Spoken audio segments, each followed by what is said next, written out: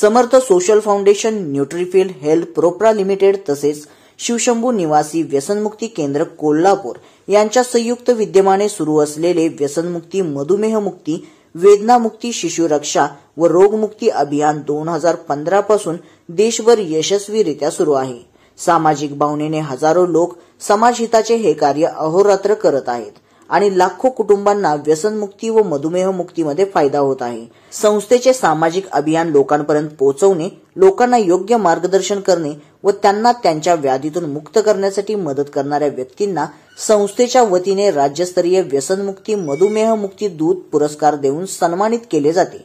यावर्षी हा पुरस्कार विस्ताराधिकारी अभिजित महादेव पाटील यांच्या माध्यमातून अरविंद महादेव पाटील मिरज यांना जाहीर करण्यात आला आहे। समाजामध्ये वाढलेले व्यसन व मधुमेह अशा गंभीर आजारांवर यांनी खूप उत्कृष्टरित्या काम केले आहे। त्यामुळे सर्व स्तरातून अरविंद महादेव पाटील यांचे अभिनंदन केले जात आहे।